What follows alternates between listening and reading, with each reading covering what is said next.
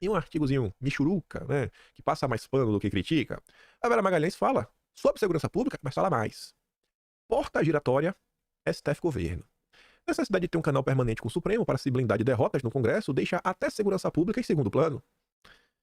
Nesta quinta, ao formalizar que não deixa de ser uma triangulação não direta com a ida de Dino para o Supremo e a vinda de Ricardo Lewandowski, ministro da Justiça, em seu lugar, mesmo depois de ser aposentado do mesmo Supremo, Lula louvou o fato de ter mandado um político para a corte, justamente a pecha que os adversários da indicação do maranhense mais combateram. Não, o Lula não tem nenhuma vergonha, o Lula não liga. Ele não liga.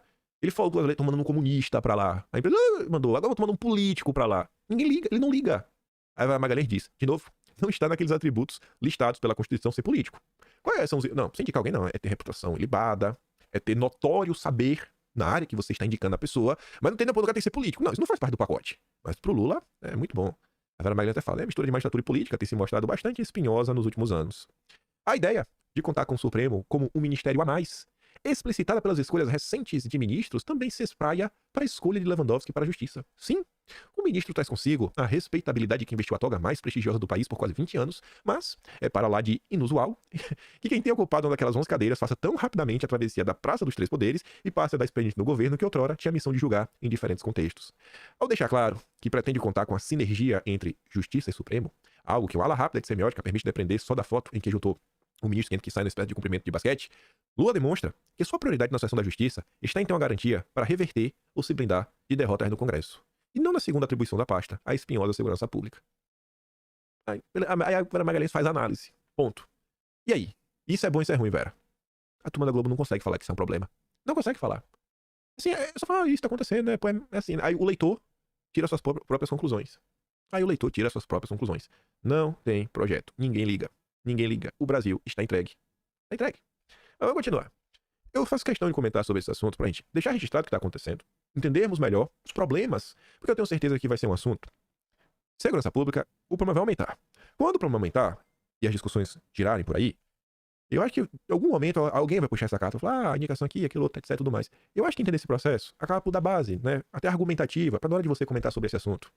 Na hora pra você conversar com um amigo, uma pessoa, sabe? Uma pessoa que ainda tá meio perdida na política, falar, cara, olha o que está acontecendo. Porque o cara fala, o cara saiu do judiciário, foi pro executivo, né? Mas ele não consegue entender a gravidade disso. Não consegue entender os problemas que permeiam essa situação. São muito graves. Ele vai falar mais deles. Antes de mostrar esse texto aqui, não sei porque acho que ficou fora de ordem, meu Deus. Cadê, senhor? Onde é que foi parar? Aqui. Tá totalmente fora de ordem. Tava eu ontem lá no Twitter, né? E vi essa postagem aqui do Leonardo Coutinho. Ele compartilhou uma nota do Valor Econômico. Com a manchete é, analistas veem governo reforça laços com o Supremo. E o Coutinho fala o seguinte, a democracia brasileira vai ficando cada vez mais parecida com um abadá.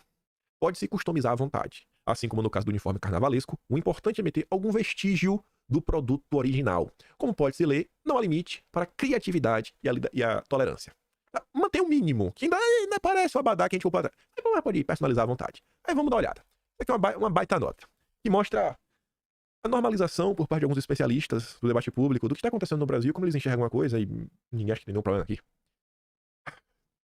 Enfim, analista vem governo reforçar os laços com o Supremo.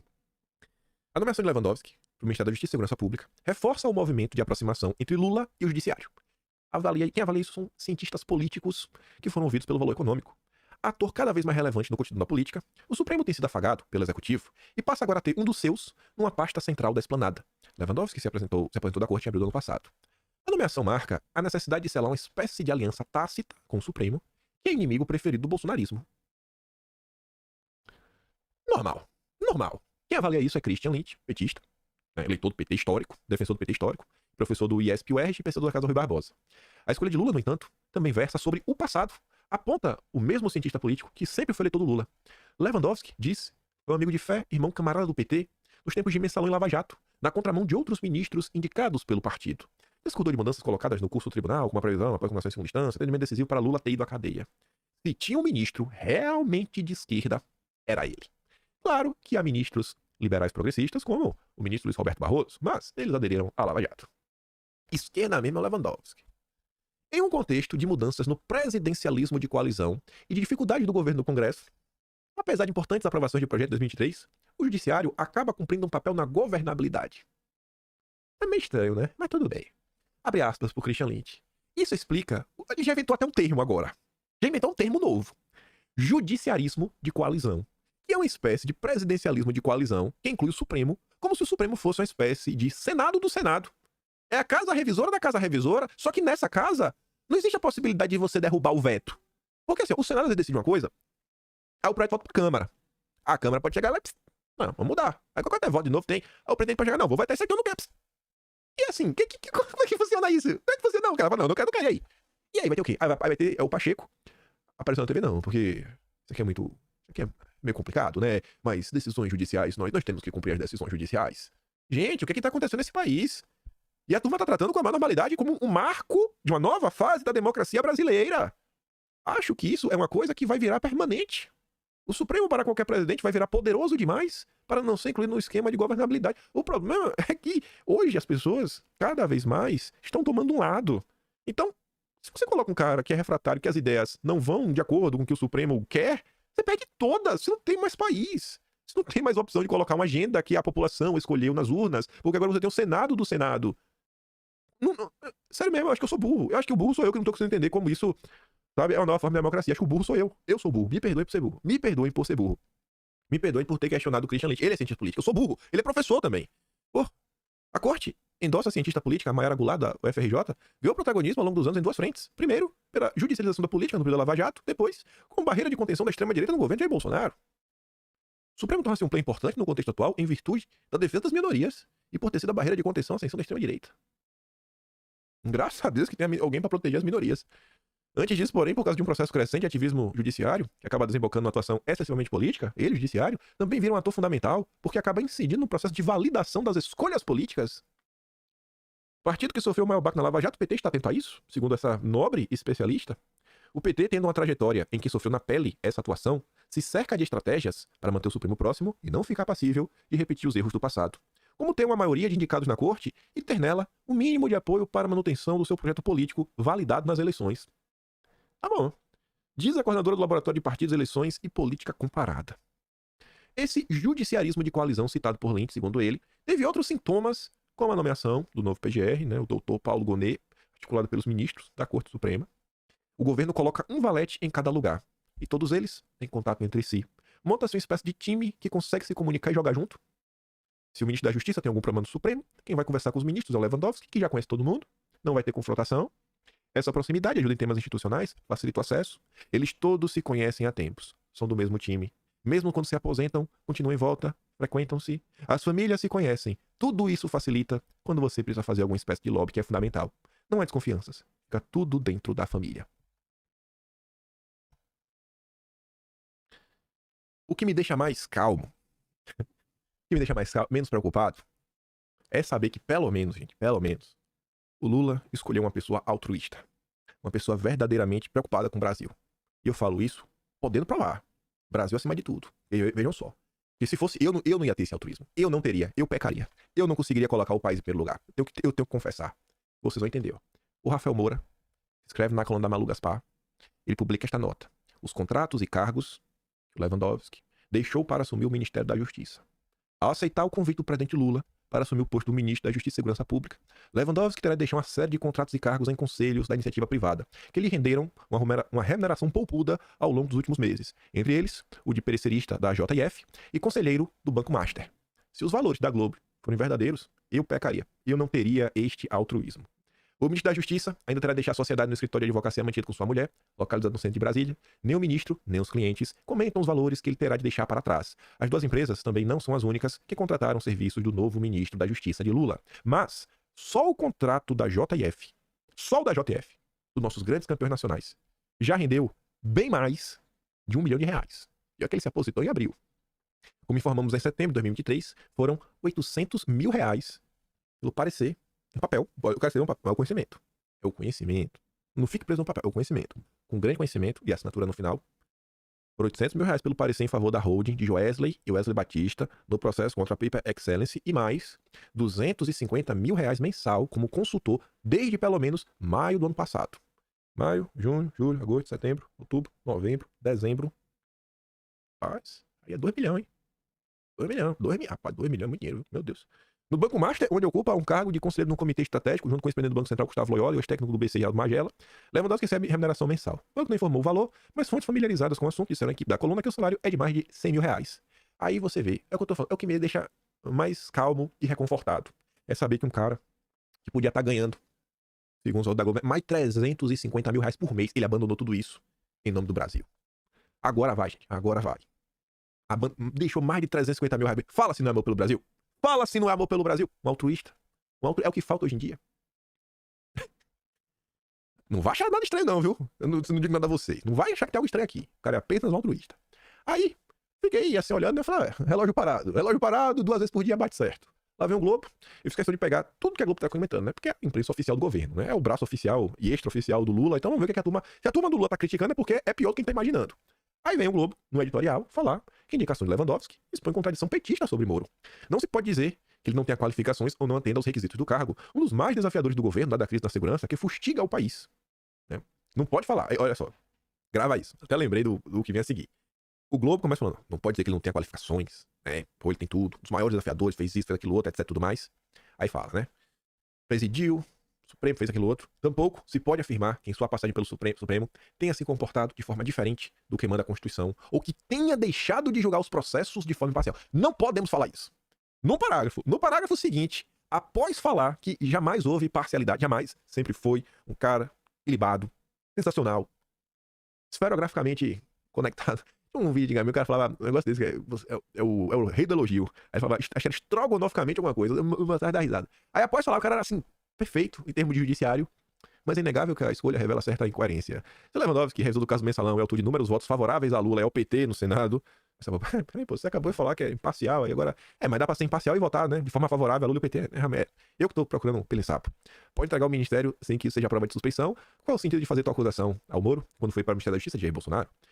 Embora tratada com naturalidade por petistas e aliados, a escolha de Lewandowski para a pasta se dá em contexto similar ao da ida de Moro para a equipe de Bolsonaro depois de julgar processos de Lula na Operação Lava Jato. Aí a mesma Globo que em seu editorial fala sobre isso, a Maria Magalhães foi aquela minha boca. O que é isso aqui, velho? Isso aqui não é pra mim agora, não. É pra vir primeiro isso daqui, ó. Depois de volta pro capô, ficou tudo fora de ordem, não sei porquê. Acho que eu mudei alguma coisa de última hora, esqueci de revisar pra ver se ficou certo. Mas enfim, a mesma Globo que escreveu aquilo é essa daqui, ó. Aí volta o Rafael Moura. Acho que ele deve ter tomado a chamada. Acho que a Malu Gaspar falou, irmão, que nota é essa? Que nota é essa de falar dos contratos do cara? Tá maluco, é? Você tá maluco de falar do contrato do cara? Vai se desculpe. Ele falou, beleza, vou me desculpar. Vou me desculpar. A dívida de gratidão de aliados de Bolsonaro com Lewandowski. Lá vai a Globo falar que os bolsonaristas são muito gratos a Lewandowski. Pela manchete, parece que isso faz sentido, gente. Pela manchete, do que vocês acompanham na política? Vocês acham que isso daqui tem algum resquício de realidade? Aí eu vou pegar um dos casos que a nota pontua. Um dos casos, que fazem os bolsonaristas serem muito gratos, é uma da decisão de Lewandowski querendo as graças dos bolsonaristas, foi o arquivamento, em maio de 2022, de um inquérito aberto contra a Bia Kicis por preconceito de pele, racial. Tu acha que a Bia Kicis fez isso? Tu acha que a Bia Kicis fez isso? Então, assim, o cara arquivou um negócio que eu acho, não sei se a Bia fez. Olha só falta falar bolsonarista, né? Aí tá lá. A ação contra a deputada foi motivada por uma postagem de setembro de 2020, a gente vai ver que postagem é essa, em que ela fazia referência para um programa de trainee na Magazine Luiza, que reserva vagas para na época, era apenas se você fosse negro. Na montagem, a imagem dos ministros Sérgio Moro e Mandetta, com o rosto pintado de negro, acompanhado do texto não tá fácil para ninguém, vai ser feliz, prezado, não dá mais para ficar em casa. Não é só isso. Essa descrição da postagem da Bia Kicis é totalmente errada. Totalmente errada, sem nenhum contexto, assim como foi o relato do Leandro Russo sobre o documentário da Globo. Aí depois a nota fala assim, ó. Um professor de Bauru acionou a justiça sob a alegação de que a parlamentar induziu e incitou a discriminação e preconceito. Sabe? Subjetividade. Mas a PGR defendeu o arquivamento do caso, que foi atendido. Então, olha só, porque o cara atendeu o P da PGR para arquivar uma coisa que eu acho que não foi bem assim como o professor de esquerda queria fazer para perseguir uma pessoa. Os bolsonaristas amam Lewandowski, é dívida de gratidão. A Globo tá de brincadeira. A postagem foi essa. O que foi que aconteceu na época? Moro já tinha sido demitido, o Mandetta também. E aí, a Magazine Luiza tinha feito aquele programa. E o engraçado é o seguinte: olhem o tweet da Bia. Olha, inclusive, o que ela escreve que o repórter da Globo não coloca. Cuidado. Se você consegue enxergar preconceito nesse post, ao invés de vê-lo na atitude da Magazine Luiza, o estrago do ensino aos modos de Paulo Freire pode ter sido muito grave na sua capacidade de interpretar textos e compreender a vida. A Bia tá falando, se tu tá vendo preconceito aqui, tu tá com um problema. Passado o tempo, lá vai o professor petista, eita, aqui eu vou acionar o Ministério Público. Aí a PGR pede arquivamento, beleza. Aí você vê ali, ó, sem emprego e cansado de errar o pico, Mandetta muda a cor e manda currículo para a Magazine Luiza. Não dá mais para ficar em casa. Desempregado, o blogueiro Sérgio Moro faz mudança de visual para tentar emprego no Magazine Luiza. Vem ser feliz, prezado. Era sobre isso, nesse contexto. Pra falar, cara, é só por causa da cor, então assim, vai ser emprego. Foram críticas que as pessoas estavam fazendo, falando que isso, inclusive, era uma medida que ia causar divisão na sociedade. Vai falar o quê, né? Falar o quê? Mas aí, ficou fora de ordem, né? Aí vamos voltar. Deixa o cachorro tô latindo, enfim. Se os bolsonaristas são muito gratos ao Lewandowski, parece que os petistas não sabem o que é gratidão para com seu grande aliado e irmão de batalha, o Ricardo Capelli. Aconteceu no Metrópolis, ali embaixo, o dirigente do PT disse que Capelli era antipetista e anti-Lula. Isso para justificar que a expulsão dele, né, da pasta. Aí vem lá o Alexandre Gonçalves, que é uma esquerdinha, clássico, mas é uma esquerda que está se colocando como oposição a Lula. O que o PT fez com Capelli foi asqueroso. Ele serviu exemplarmente, descascou todos os abacaxis que foram dados a ele para no final ser chutado. E a Marina não criticava o PT? O Alckmin amava o PT? Que nojo! Aí o Vilimigo resume, né? O PT é assim, ele usa e descarta. Ou você é útil, ou você é descartável. Aí, olha que engraçado, né? Cada vez o Capelli ainda tivesse o seu emprego, se no passado uma PEC apresentada pelo novo ministro supremo, o senhor Flávio Dino, tivesse avançado, sido aprovada e promulgada. Dino apresentou PEC como deputado que barraria Lewandowski em ministério de Lula. No ano de 2009, o senhor Flávio Dino apresentou uma PEC que criava um mandato de 11 anos para integrantes da corte e, ao deixar a corte, seria necessário cumprir uma quarentena de 3 anos antes de assumir o exercício de cargos em comissão ou de mandatos eletivos em quaisquer dos poderes e entes da federação. Veja como são as coisas. É o Brasil.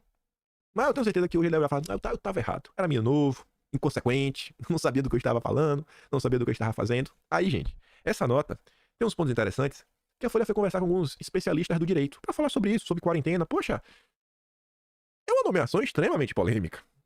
Acho que muito mais grave e que eu acho que a gente não entendeu a profundidade dela. Eu tô, assim, realmente me questionando quando eu vi aquela análise lá do valor econômico, né? Que os petistas estão valendo um termo novo. Judiciarismo de coalizão. Mas enfim, a Folha conversa com Rubens Gleiser, que é professor de Direito da FGV em São Paulo e um dos coordenadores do Grupo Supremo em Pauta. E aí, o Rubens classifica como problemática a existência de qualquer carreira com impacto público após a saída do tribunal. Aspas. Você tem uma pessoa capaz de desequilibrar as relações de uma maneira desproporcional. É crucial pensar uma quarentena definitiva, uma aposentadoria obrigatória no valor integral para a pessoa que sai do Supremo não poder trabalhar. Eu acho que joga muito bem. Eu acho que a aposentadoria já é boa demais atualmente. O professor defende que a restrição também seja aplicada a familiares diretos de ministro. Sem essa mudança, Gleiser afirma que há risco de se criar um cenário de desconfiança com a justiça. Professor de Direito do INSPER e autor do livro O Supremo, Entre o Direito e a Política, Diego Werneck, acrescenta que a decisão do ministro de ir para o governo faz com que as decisões tomadas por ele no Supremo, especialmente em seus últimos meses, sejam vistas de forma diferente, além da possibilidade de influenciar outros integrantes da corte. Parece criar incentivos ruins para que os ministros decidam hoje, pensando em como isso pode permitir que eles estejam mais bem posicionados para assumir indicação política lá na frente. É um problema de comportamento que prejudica a independência dos ministros e a percepção pública também de parcialidade. E mais, operador do direito, doutorando pelo Escola de Direito da Universidade de Yale e pesquisador de Direito Constitucional Tomás Pereira, acrescenta que a legitimidade é uma questão de percepção. Pode ser problemático que alguém que há pouco tempo julgava casos de interesse do governo saia do tribunal e assuma o cargo no próprio governo. Idealmente, deveríamos pensar na posição de ministro do Supremo como sendo o último cargo de alguém. Aqui, cara, acabou, irmão. Vai cuidar dos netos, vai passear, vai conhecer o mundo, vai assistir a Rede Globo. Meu Deus do céu. É muito complicado. O que tá acontecendo realmente, assim, desequilibra, né, o debate. É um poder muito grande. Aí, tu tá falando de uma nova forma de democracia. Aí, acho que vem na linha similar, né? É tipo, a gente tem o Ronaldinho Gaúcho, velho. Sabe, o Ronaldinho Gaúcho é aquele cara, você bota ali, ele joga meio que. Ele não defende muito, mas defende. Se precisar, ele defende um pouquinho, ele joga na direita, ele joga na esquerda, ele joga no meio, ele dribla, ele faz gol de falta, ele sabe atacar, sabe fazer gol de cabeça. O cara é polivalente. O cara sabe fazer tudo. É o mestre. É tipo aqueles atletas de decátulo. Ele sabe fazer tudo. Antes de posse no Supremo, Dino passará 21 dias no Senado e quer apresentar projeto de lei. Rapaz, velho. O cara já vai pra corte, o cara ainda quer apresentar. Meu Deus do céu. O André Marsiglia fala, André Marsiglia é jurista, peguei um comentário de jurista, que não é burro como nós. Para quem tem dúvidas da crise que a tripartição de poderes vive no Brasil, a notícia é lucida. Dino sai do executivo, reassume no legislativo, se torna ministro do judiciário, pelos poderes em tempo recorde, com direito a julgar eventual constitucionalidade de seu próprio projeto adiante. Gente, em 21 dias, em 22 dias, né, ele vai sair do executivo, passar pelo legislativo para chegar no topo do judiciário.